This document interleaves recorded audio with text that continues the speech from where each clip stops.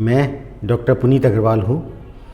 पिछले 40 सालों से समाज में अपनी सेवाएं as a general surgeon, laparoscopic surgeon एवं लेज़र सर्जन की तरह दे रहा हूँ। मैंने अभी तक हज़ारों ऑपरेशंस गॉल ब्लैडर के किए हैं। ऑपरेशन के बाद ज़्यादातर मरीज़ डाइट कॉन्शियस होते हैं। वो ये पूछना चाहते हैं कि ऑपरेशन के बाद हम क्या खाएं, हमें क्या खाना चाहिए।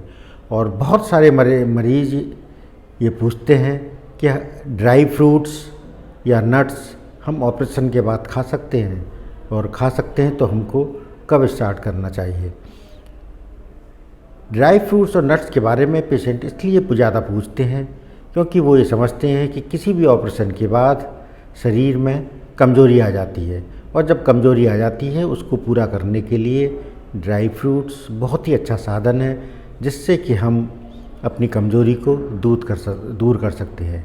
इसके अलावा बहुत सारे पेशेंट्स ये समझते हैं कि ड्राई फ्रूट्स बहुत शरीर के लिए बहुत हैवी होते हैं, और इनको खाने से या अधिक मात्रा में खाने से शरीर में बहुत ज़्यादा कुप्रभाव पड़ते हैं, जैसे इंडाइजेशन हो सकता है, कॉन्स्टिपेशन हो सकता है, डाइजेस्टिव प्रॉब्लम्स हो सकती हैं, पेट भारी हो सकता है, गैस बन सकती है।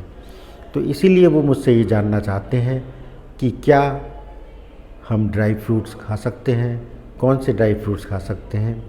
आज इसी सब्जेक्ट पर मैं आपसे चर्चा करूँगा, डिटेल में चर्चा करूँगा, और आपको बताऊँगा कि ऑपरेशन के बाद, ख़ास तौर से गॉल ब्लैडर के ऑपरेशन के बाद, हमको किस प्रकार ड्राई फ्रूट्स खाने चाहिए, सही तरीका क्या है। और अंत में मैं आपको बताऊँगा कि हमारा आयुर्वेद क्या कहता है, हमें किस तरह के ड्राई फ्रूट्स गॉल ब्लैडर की परेशानी में खाना चाहिए। हमारे शरीर में गॉल ब्लैडर का क्या काम है, गॉल ब्लैडर क्या करता है, इस बात को जानना बहुत ज़रूरी है। खाना पचाने के लिए पित्त की आवश्यकता होती है, जिसको हमारा लिवर या जिगर दिन भर हर समय बनाता रहता है, और उसमें से लिवर में से बाइल या पित्त बनकर नलिकाओं के द्वारा आता है, और लिवर के नीचे एक नाशपाती के आकार की ग्रंथि होती है, गॉल ब्लैडर उसमें इकट्ठा होता रहता है। करीब 50% बाइल या पित्त जो बनता है वो गॉल ब्लैडर के अंदर इकट्ठा होता है, और जो 50% बाइल होता है वो धीरे धीरे छोटी आंत तक में जाता रहता है। तो अगर एक बार जब हम ज़्यादा फैटी खाना खाते हैं और जब वो पेट से होता है वो छोटी आंत में पहुंचता है, तो शरीर को स्टिमुलेशन मिलता है, गॉल ब्लैडर को स्टिमुलेशन मिलता है, और वो बाइल वहाँ से रिलीज़ कर देती है। और जब वो बाइल को रिलीज़ कर देती है तो बाइल छोटी आंत में आकर खाने को और चिकनाई को पचाने का काम करता है। जब हम गॉल ब्लैडर निकलवा देते हैं, गॉल ब्लैडर का ऑपरेशन हो जाता है हमारा, तो जो बाइल है वो इकट्ठा नहीं रहता है, शरीर में इकट्ठा नहीं हो पाता है, क्योंकि गॉल ब्लैडर ही नहीं रहा है, और वो थोड़ी थोड़ी मात्रा में जैसे जैसे बाइल बनता है वैसे वैसे वो सीधा हमारी छोटी आंत में पहुंच जाता है। और इसी वजह से डॉक्टर्स या वैद्य ये सलाह देते हैं कि आपको ज़्यादा गरिष्ठ खाना और अधिक मात्रा में नहीं खाना चाहिए। ऑपरेशन के बाद अगर आप 3 बार खाना खाते हैं तो उसकी 6 बार खाना खाइए, ज़्यादा बार खाना खाइए, लेकिन जो खाने की क्वांटिटी है वो कम होनी चाहिए। कम इसलिए होनी चाहिए क्योंकि जो धीरे धीरे जो बाइल आ रहा है वो बहुत कम मात्रा में आ रहा है, एकदम नहीं आ रहा है। तो अगर आप कम मात्रा में खाएंगे तो जो बाइल आ रहा है वो खाने को पचाने में काम करेगा, और जब खाना अच्छी तरह पच जाएगा तो आपको पेट में भारीपन, दर्द, गैस, इंडाइजेशन, ब्लोटिंग, ये सभी समस्याएं बहुत कम मात्रा में होगी। अपने खाने में से चिकनाई की मात्रा बहुत कम कर दें, जैसे पूरी, पराठे, समोसे, कचौड़ी, दाल मोठ, नमकीन, मिठाई, चाट, मैदा, मैगी, मोमो, मिर्च मसाले, बाहर का खाना, फ्राइड फूड्स, इन सब की मात्रा लगभग नगण्य कर दें। जैसे जैसे धीरे धीरे जब आपका शरीर इस चेंज को अडेप्ट करना शुरू कर दे, तब आप धीरे धीरे इनकी मात्रा थोड़ी थोड़ी बढ़ा सकते हैं। ऑपरेशन के बाद 1 हफ्ते तक मैं मरीज़ को सलाह देता हूँ कि वो लिक्विड डाइट ज़्यादा ले, पतला दलिया ले सकता है, पतली खिचड़ी ले सकता है।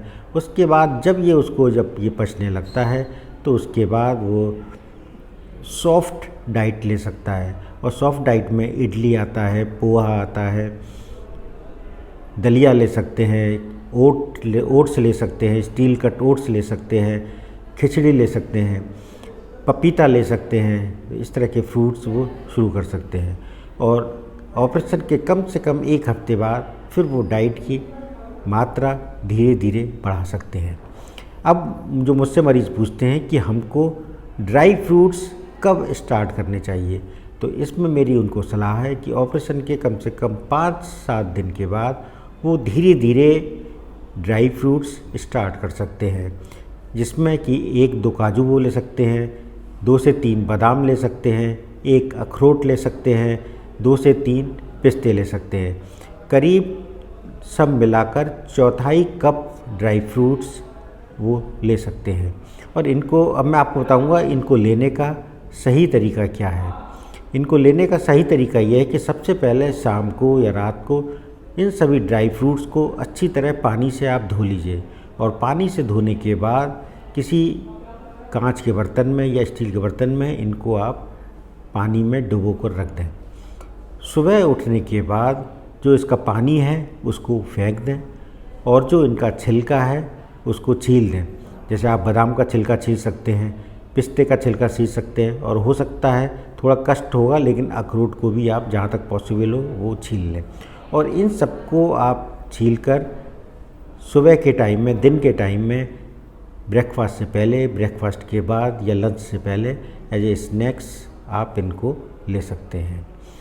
अपने संग हमेशा एक डायरी रखें और आप क्या क्या खा रहे हैं उस डायरी में ये आप ज़रूर नोट करें।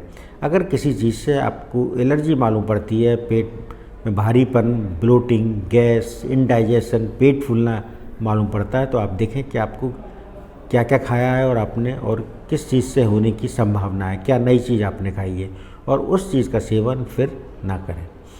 जब इतने ड्राई फ्रूट्स आप डाइजेस्ट कर लें उसके बाद आवश्यकता के अनुसार आप इनकी मात्रा और थोड़ी थोड़ी बढ़ा सकते हैं। आइए अब बात करते हैं आयुर्वेद की। आयुर्वेद के हिसाब से हमें कौन कौन से ड्राई फ्रूट्स लेने चाहिए। अगर गॉल ब्लैडर स्टोन को हम देखें तो ये पित्त दोष की वजह से होता है और पित्त दोष में आयुर्वेद में किशमिश, खजूर और अंजीर को बेनिफिशियल बताया गया है। तो इसमें से किशमिश और अंजीर को आप रात को भिगो सकते हैं और सुबह भिगोने के बाद आप सुबह उनको खा सकते हैं। इसके अलावा जो अखरोट होते हैं उनका सेवन भी सभी दोषों में उत्तम माना गया है, लेकिन क्वांटिटी इसको आपको बहुत ज़्यादा नहीं रखनी है, इन मॉडरेट अमाउंट रखना है।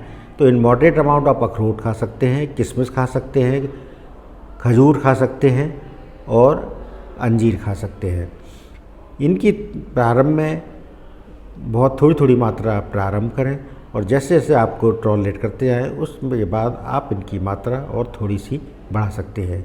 आयुर्वेद के हिसाब से जो अन्य ड्राई फ्रूट्स या नट्स या सीड्स बेनिफिशियल बताए जाते हैं वो हैं भिगोए हुए और छीले हुए एलिमेंट्स। एलिमेंट्स को हमेशा भिगो के और छील कर ही खाना चाहिए। अखरोट के बारे में मैंने आपको बता दिया। इसके अलावा pumpkin seeds, sunflower seeds, flax seeds, इन सब का सेवन भी बहुत अच्छा रहता है हमारे शरीर के स्वास्थ्य के लिए और पित्त दोष में ये अफेक्टिव रहते हैं। इसके अलावा पित्त दोष में आयुर्वेद के हिसाब से कई सारे सीड्स और नट्स हमको नहीं लेने चाहिए, जिसमें कि एलिमेंट्स आते हैं जो बिना भिगोए हुए हों और बिना छीले हुए हैं। उस तरह के एलिमेंट्स हो सकते हैं, पिस्ता होते हैं, पीनट्स होते हैं, पीकेन्स होते हैं। इन सब का प्रयोग पित्त दोष में वर्जित माना जाता है। एक बात मैं आपको स्पेशली बताना चाहूँगा, गॉल ब्लैडर स्टोन बीमारी का इलाज नहीं है। हमारे शरीर में जो पित्त दोष में या प्रॉब्लम्स आ रही हैं, कोलेस्ट्रॉल की प्रॉब्लम्स आ रही हैं, उस बीमारी का गॉल स्टोन होना एक लक्षण है।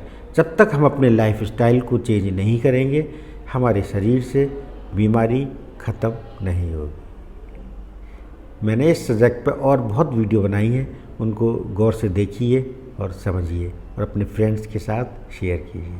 Thank you.